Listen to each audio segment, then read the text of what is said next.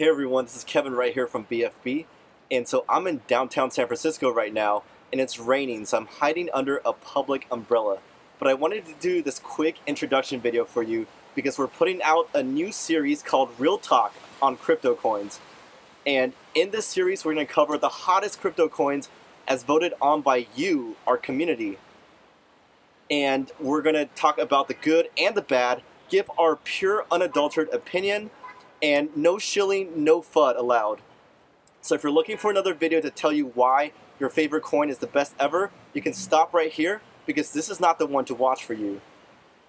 And so without further ado, in this inaugural episode, we're going to be covering Tron. Yes, you heard me right. The Tron that all of y'all are always buzzing about and want to hear more about. And so I've never done a video about that before.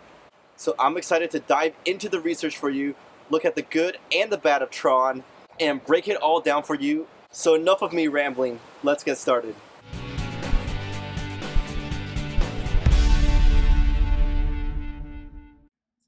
So I have to admit, Tron is a coin that I have some history with. Many of y'all may remember in some of my prior live streams that I have talked not so great stuff about Tron, and you may even think that I have some history with Justin Sun, who is their founder. Well, unfortunately for me, that's probably not a good person for me to pick a fight with because Justin Sun is way more popular than I am in the crypto space. But alas, Tron is a really popular coin that many of y'all are interested in, so I took a closer look and I want to share with you what I found. For those of you who don't know, let's take a look at what Tron is first and foremost. Well, it's a decentralized entertainment content sharing platform.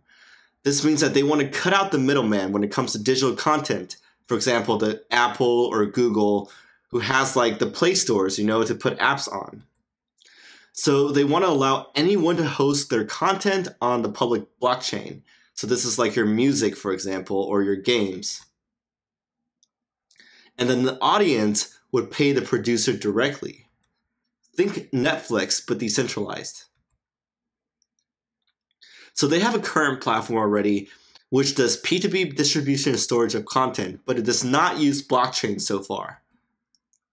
Next up for them in the roadmap includes adding blockchain, incentives, personal tokens, and gaming platforms. So Tronix, or TRX, is the currency currently used in their ecosystem.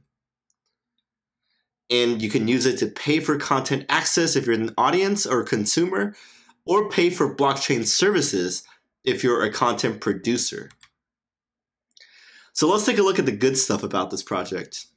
It's a really interesting idea and a good market to disrupt, in my opinion. You're really realigning content ownership, in which the ownership is now back to the content producers in this Tron ecosystem.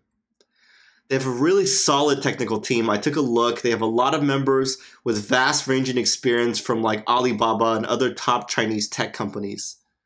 They have a founder who cares about marketing, which I guess is important because sometimes projects, they just take your funds, your ethers, and then they just disappear. And they may be building the product, but then they don't do any marketing and they leave people in the dark about what's going on.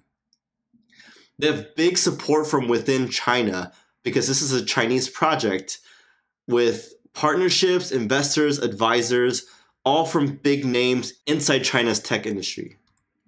But of course, this is real talk, so let's cover some of the bad things about it too.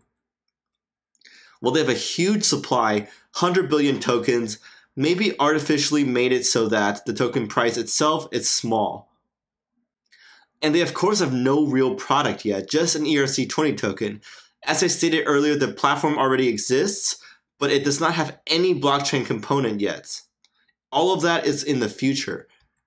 And yet there was a huge pump earlier in 2017 due to the founder hyping it up, most likely.